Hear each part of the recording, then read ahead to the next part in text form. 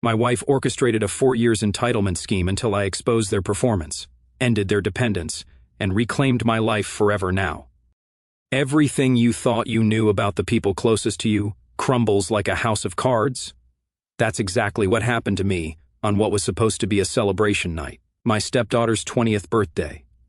I had just spent the entire day setting up what I thought would be the perfect evening for our family. I had been married to her mother for 4 years, and honestly, I thought we had built something real together. Sure, there were challenges with blending families, but I believed we were making progress. I treated that girl like she was my own daughter. I paid for her college, her car, her everything. Her mother and I seemed to have a solid partnership, or so I convinced myself. The birthday dinner was my idea entirely.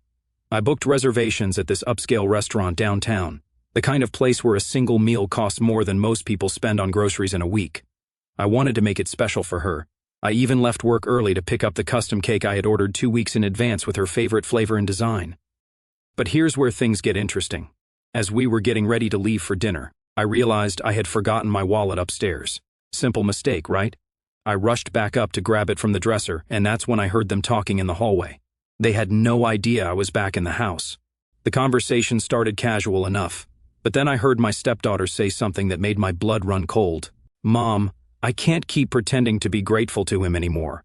This whole act is exhausting." My wife's response was even worse.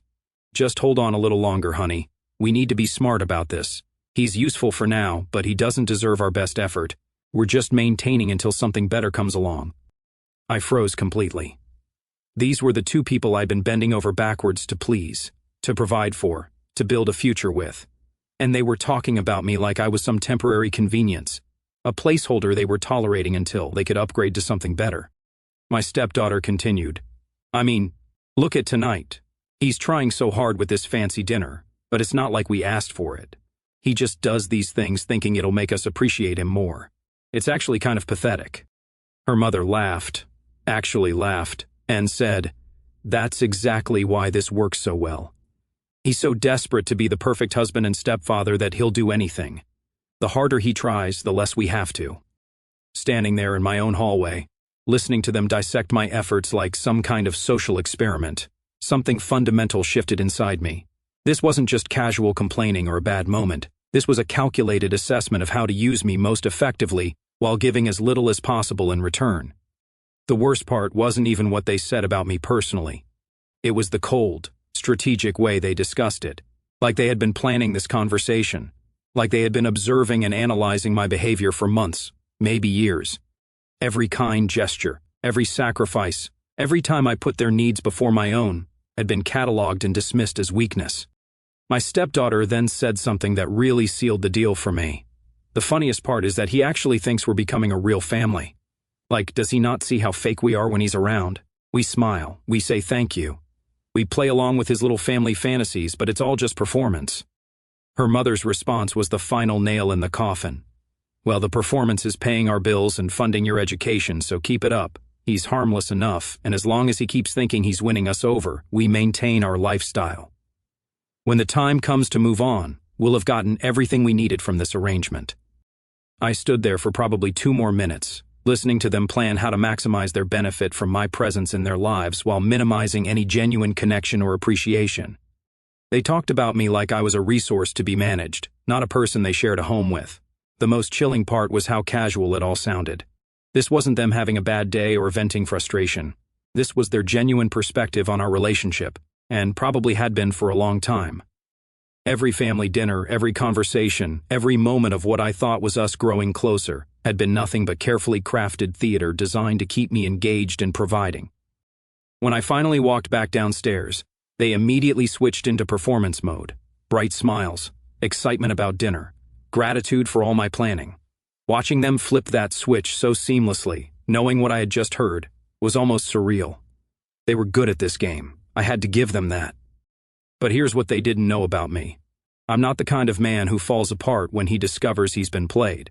I don't collapse into self-pity or make desperate attempts to win back people who never valued me in the first place. When someone shows me who they really are, I believe them the first time. During that entire birthday dinner, while they performed their appreciation and family bonding routine, I was already planning my response. Not an emotional outburst, Not a dramatic confrontation right there in the restaurant, but something much more strategic and definitive. If they wanted to treat me like a temporary convenience, they were about to learn what life looked like when that convenience got permanently discontinued. After that birthday dinner revelation, I started connecting dots that had been right in front of me for years. You know how sometimes you're so focused on trying to make something work that you ignore all the red flags? That was me. And those flags weren't just red, they were practically neon. Let me paint you a picture of what my life had actually become versus what I thought I was building. Every morning I'd wake up at 5:30 to handle my responsibilities before work, make coffee, prepare breakfast, check that everything was running smoothly in the house. Meanwhile, they'd roll out of bed whenever they felt like it, expecting everything to be handled. My stepdaughter had this habit of bringing her boyfriend over without any notice or discussion, not just for visits but overnight stays, sometimes for entire weekends. When I tried to establish some basic house rules about communication and respect, her mother would immediately shut me down. She's 20 now, she can make her own decisions, but somehow I was still expected to fund those decisions and provide the space for them. The disrespect wasn't subtle either. During family gatherings with her extended family, I was consistently treated like hired help rather than part of the family. Her mother would introduce me as the guy who helps us out, or make jokes about how I was useful to have around. I thought she was just being playful, maybe a little awkward with affection. Now I realized she was literally telling everyone exactly what my role was in her life. There was this incident about 6 months before the birthday dinner that should have been my wake-up call. We were having dinner with her sister and brother-in-law, and they started discussing vacation plans. Her sister asked if we were planning anything for the summer, and my wife immediately launched into an elaborate description of a European trip she wanted to take. Not we wanted to take, she wanted to take. When her brother-in-law asked how we were planning to afford something like that, she looked directly at me and said, "Well, he works pretty hard for us, so I think we've earned it." The way she said "for us" made it crystal clear that she saw my income as something she was entitled to, not something we shared as partners. But here's what really got me. After that dinner, when we were driving home, I brought up the vacation conversation. I mentioned that it might be better to discuss major expenses together before announcing them to family. Her response was immediate and cold. "You make good money specifically so we can live well. If you didn't want to provide that lifestyle, you shouldn't have married into this family." Married into this family, not married me, not joined our family. I had married into their existing structure, and my role was to enhance their lifestyle, not to build something new together. The language she used wasn't accidental. It was exactly how she saw our arrangement. My stepdaughter's attitude toward me became clearer too once I started paying attention. She never asked for things, she announced them. "I need money for textbooks. My car needs new tires. I'm going out with friends tonight. Can you make sure there's food when I get back?" Never please, never thank you, never any acknowledgement that these weren't automatic entitlements. The most telling incident happened about 3 months before that birthday dinner. She had planned some spring break trip with her college friends, flights, hotels, the whole expensive package. She didn't ask if we could afford it, or if it was okay with our budget. She simply informed me that she had already booked everything and needed the money transferred by a specific date. When I suggested that maybe she should get a part-time job to contribute to these kinds of expenses, the reaction was explosive, not just from her but from her mother too. "She's focusing on her education. That's her job right now. You knew what you were signing up for when you married me. A real man provides for his family without keeping score." That last phrase really stuck with me. A real man provides without keeping score. But apparently they were keeping very detailed scores of everything I wasn't doing perfectly. Every time I failed to anticipate their needs, every moment I didn't live up to their expectations of what I should be providing. The social dynamics were brutal too. When we'd go out with other couples, they'd openly joke about my usefulness in ways that seemed playful but were actually humiliating. "Oh, he's great at picking up checks. He handles all the boring adult stuff so we don't have to. We trained him well, didn't we?" I kept telling myself that was just their sense of humor, their way of showing affection. But other people's reactions told a different story. I'd catch sympathy from other men, uncomfortable glances from women who recognized what was happening, even when I didn't want to see it myself. The breaking point pattern was always the same. I would try to establish some boundary or express some need of my own, and immediately I'd be hit with emotional manipulation. "After everything I've been through with my divorce, I thought you'd be more understanding," She's already dealing with so much change, and now you want to add more stress? I guess I was wrong about the kind of man you are.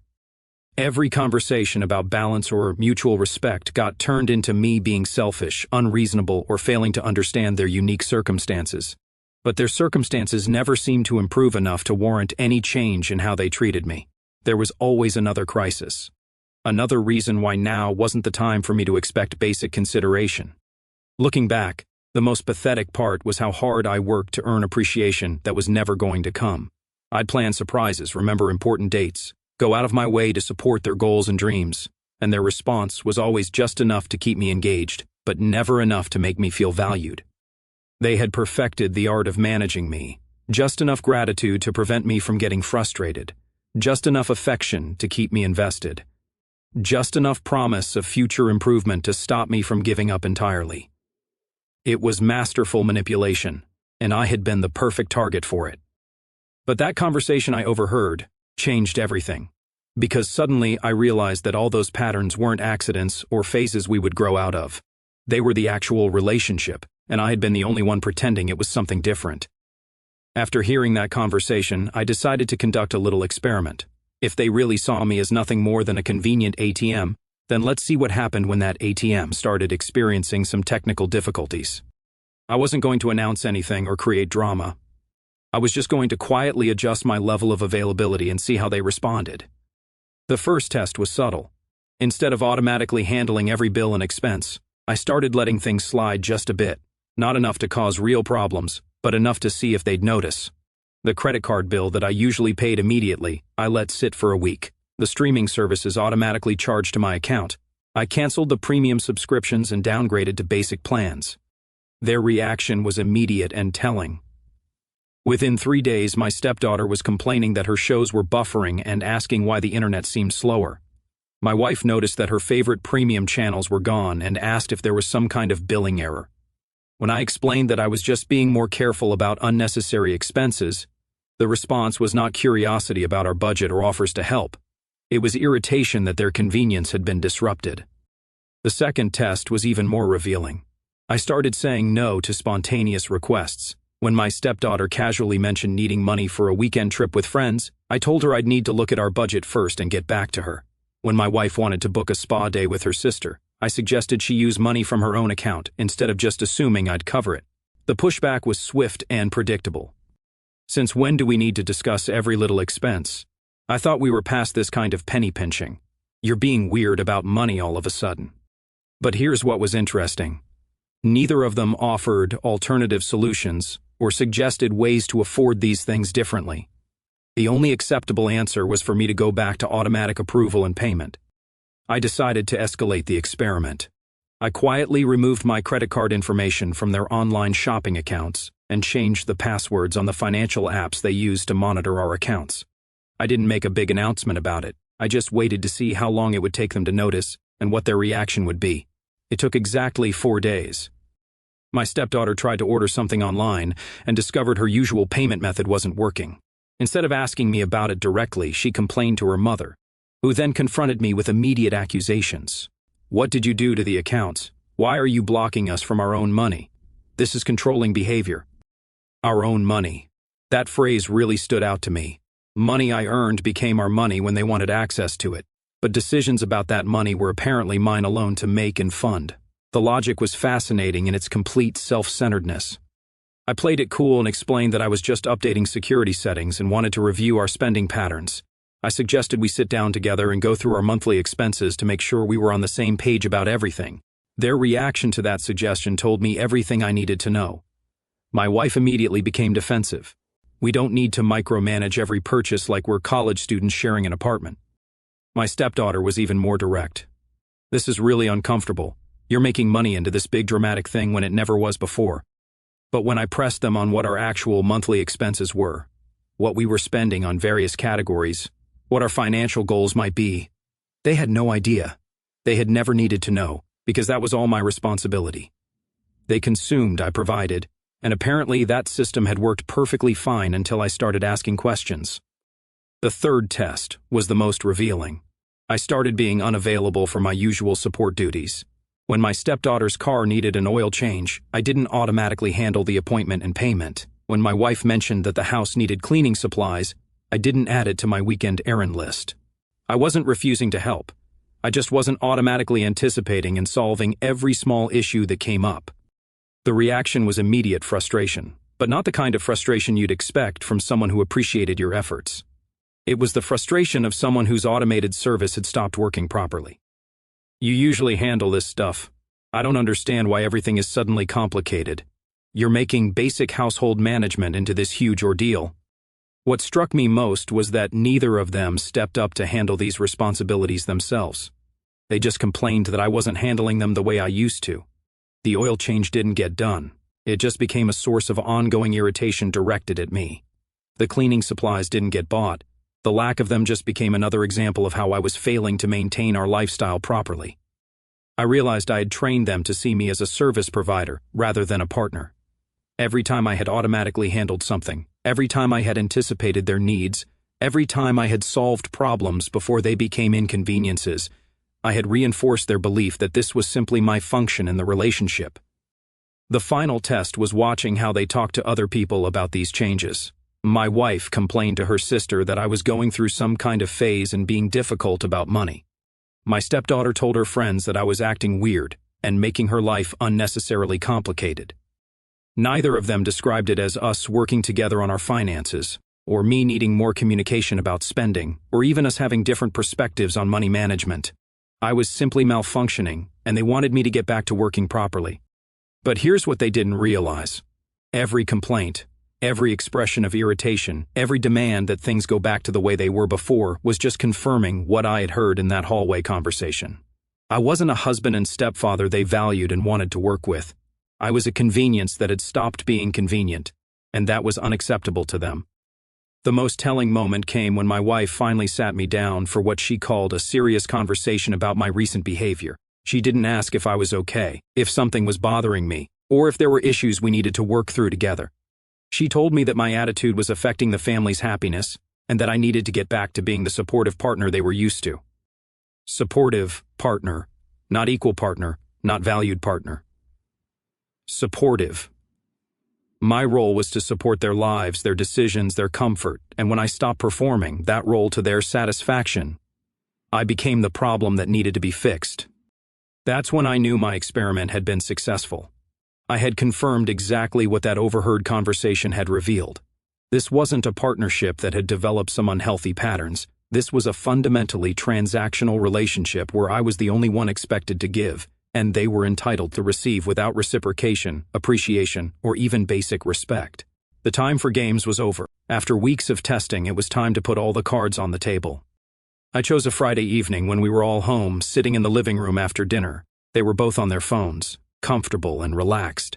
I walked into the room and sat down across from them.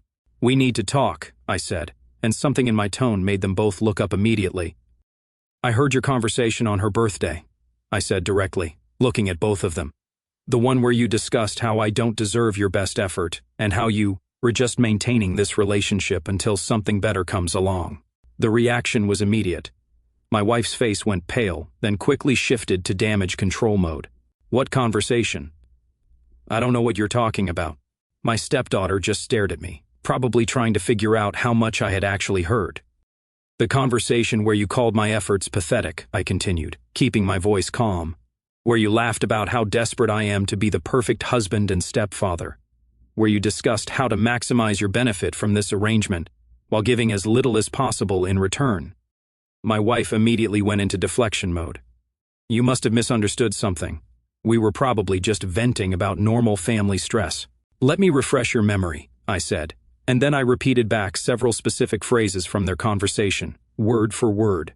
The color drained from both of their faces as they realized I had heard all of it. That's when my stepdaughter made her first mistake. Instead of trying to apologize, she went on the attack. "So what? You were spying on us? That's really creepy behavior." I actually smiled at that response. "Spying? I was in my own house getting my wallet from my own bedroom. But I'm glad you brought up honesty, because we're about to have the most honest conversation this family has ever had." My wife tried to regain control. "Look, if we said something that hurt your feelings, we can talk about it. This confrontational approach isn't going to solve anything. You're absolutely right, I replied. We are all adults, which is why I'm not going to waste time with hurt feelings or trying to fix this relationship. I'm here to inform you both of how things are going to change effective immediately. The shift in the room was tangible. They were starting to realize this wasn't going to be the usual pattern where they deflected criticism, and I eventually backed down. I pulled out a folder and set it on the coffee table. These are copies of every financial record for this household over the past 2 years. I've highlighted every purchase, every payment, every expense that I've covered for this family. My stepdaughter leaned forward to look at the papers, and her face changed as she saw the numbers. The total amount I've spent on discretionary expenses for you two over the past 2 years is $47,000, I continued. That's not including regular household bills. That's just the extra stuff. My wife tried to interrupt. Marriage is about sharing resources. I held up my hand to stop her. Sharing implies reciprocity. What we've had is me providing and you two consuming. There's a difference, and we all know it. I stood up and walked to the window. But here's what really gets me. It's not about the money. It's about the complete lack of respect, the way you talk about me to other people, the way you dismiss my needs. My wife tried one more deflection. You're being overly sensitive. Every family has dynamics that take time to work out. Building something together, I repeated. Let me tell you what you've actually built. You've built a lifestyle funded entirely by someone you openly mock behind his back. I walked back to the couch and sat down. So here's what's going to happen. This arrangement is over, not because I'm angry, but because I'm not interested in being part of a relationship where I'm valued only for what I provide. My wife finally found her voice, desperate now. You can't just decide to blow up our family over one conversation. Marriage, I repeated. From what I heard, this has been a temporary arrangement where you tolerate me until you can find something better.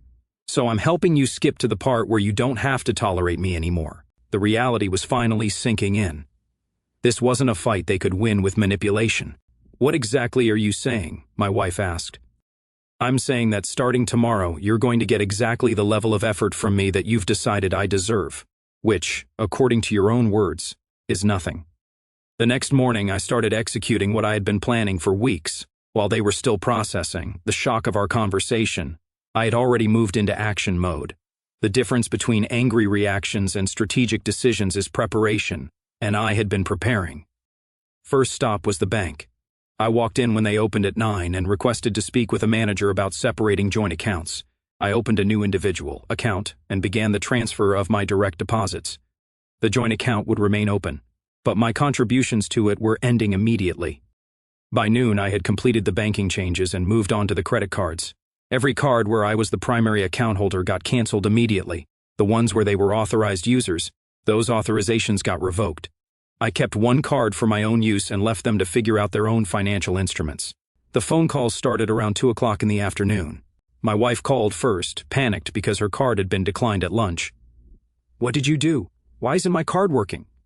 The same thing you did to our relationship, I replied calmly. I removed my support from something that wasn't functioning properly. She immediately launched into damage control mode. This is crazy. You can't just cut off our access to money without discussion. You're absolutely right, I agreed. You do have responsibilities, and now you get to handle them the same way adults do when they don't have someone else managing their lives for them. My stepdaughter called an hour later, her voice tight with anger. My tuition payment got rejected. Do you have any idea how embarrassing that is? Embarrassing, I repeated thoughtfully. Almost as embarrassing as discovering that the people you've been supporting think your efforts are pathetic. You're taking everything out of context and using it as an excuse to be vindictive, she shot back. Vindictive would be trying to hurt you, I corrected. This is just me stopping the behavior that you've made clear you don't value. The really interesting part was watching how quickly their attitudes shifted once the money stopped flowing. The same people who had dismissed my contributions as expected were now calling every hour demanding explanations. By evening, they had moved into negotiation mode. My wife came home with flowers and made my favorite dinner. She was suddenly interested in having serious conversations about our relationship. My stepdaughter was noticeably more polite, asking about my day.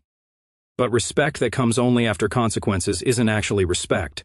It's just fear of losing benefits. Real respect doesn't wait until someone proves they're willing to walk away. The next few days were fascinating to observe. They tried every approach they could think of to get me back to my previous role. Guilt trips about how my actions were affecting the family, promises that things would be different, even attempts at seduction and emotional manipulation. My wife pulled out all the stops. Every couple goes through rough patches. The important thing is that we work through it together, unless you're the kind of man who gives up on his family the moment things get challenging.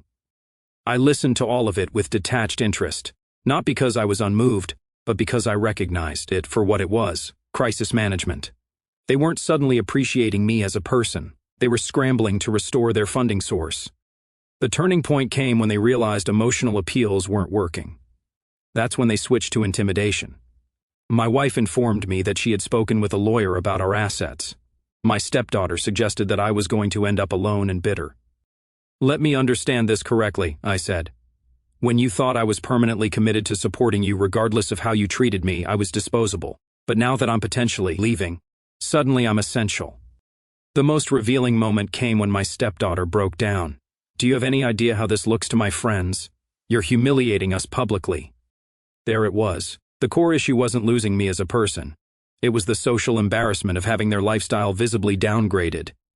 That's when I knew my decision was absolutely correct. Even facing the loss of everything I had provided, they still couldn't acknowledge that their behavior had been fundamentally wrong. They were focused entirely on the consequences they were experiencing, not on the actions that had led to those consequences. The morning I walked out was a Saturday. I had planned it that way because I wanted them both to be home to witness exactly how a man exits a situation where his value isn't recognized. No dramatic scenes, no emotional breakdowns, just clean, decisive action that left no room for misunderstanding. I had spent the previous week quietly removing my personal belongings from the house. By Saturday morning, everything that mattered to me was already gone. What remained was just the performance of departure. They were both in the kitchen when I came downstairs with my final bag. My wife looked up from her coffee with that expression of barely contained panic she'd been wearing for weeks. My stepdaughter was on her phone, but I could tell she was watching me. "So this is really it?" my wife asked, her voice carrying disbelief and desperation. "You're actually going to throw away 4 years over some misunderstanding?" I set my bag down and looked at both of them for what I knew would be the last time as their provider, their safety net, their convenient solution to adult responsibilities. "Here's what I want you both to understand," I said, keeping my voice calm. "This isn't about punishment or revenge. This is about self-respect. You told me exactly what I'm worth to you, and I listened. Now I'm acting accordingly." My stepdaughter finally put down her phone. "You're being ridiculous. Every family has problems. You can't just bail every time things get difficult."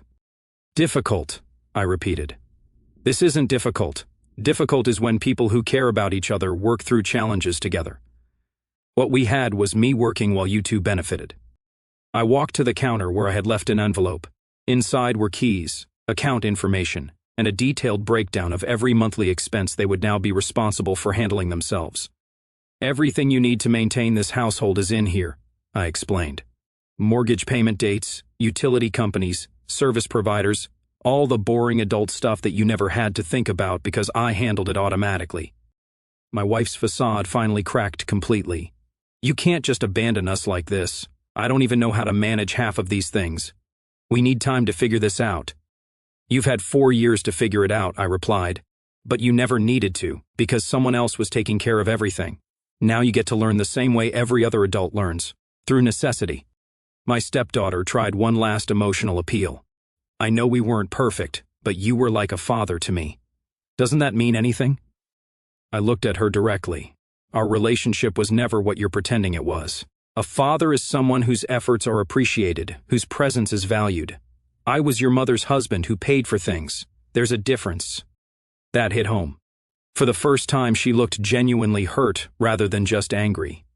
"But it doesn't have to stay that way," she said desperately. "We can change. Just give us a chance to prove it." The time to prove you valued me was during the 4 years when I was bending over backwards to earn that appreciation. You don't get to discover my worth only after I've stopped providing it. My wife made one final attempt. "What do you want from us? Tell us what we need to do to fix this." What you need to do, I said simply, is learn to live without me. Learn to handle your own responsibilities, solve your own problems, and fund your own lifestyle. Not because I'm angry, but because those are basic adult skills you should have been developing all along. I picked up my bag and walked toward the door, then turned back for my final statement. You both told me that I don't deserve your best effort. Well, I finally agree with you. I don't deserve the effort it would take to pretend this relationship is something it isn't. But here's the thing you didn't consider. You don't deserve mine either. I paused, making sure they were both listening carefully. So I'm giving you my best effort one last time. My best effort at walking away from people who see me as a convenient resource rather than a person worthy of respect. My best effort at refusing to accept treatment that I would never give to someone I claim to care about. The silence in the room was complete. They both understood that this wasn't a negotiation. This was a man who had made a calculated decision and wasn't looking back. The house payment is due on the 15th, I said, opening the door. You're both smart people. You'll figure it out. As I walked to my car, I could hear them talking frantically behind me. But their problems were no longer my problems to solve. 6 months later, I heard they had to sell the house and move into something smaller. My stepdaughter got a job and took out student loans. My ex-wife was working full-time and learning to manage a household budget. I wasn't bitter or angry anymore. I was just free. Free from trying to earn appreciation from people who had decided I wasn't worth appreciating, free from funding a lifestyle for people who saw that funding as an entitlement. They had told me I didn't deserve their best. Turns out they were right. I deserved much better than their grudging, conditional version of affection. Sometimes the most loving thing you can do is stop enabling people to treat you badly. Our story has come to an end.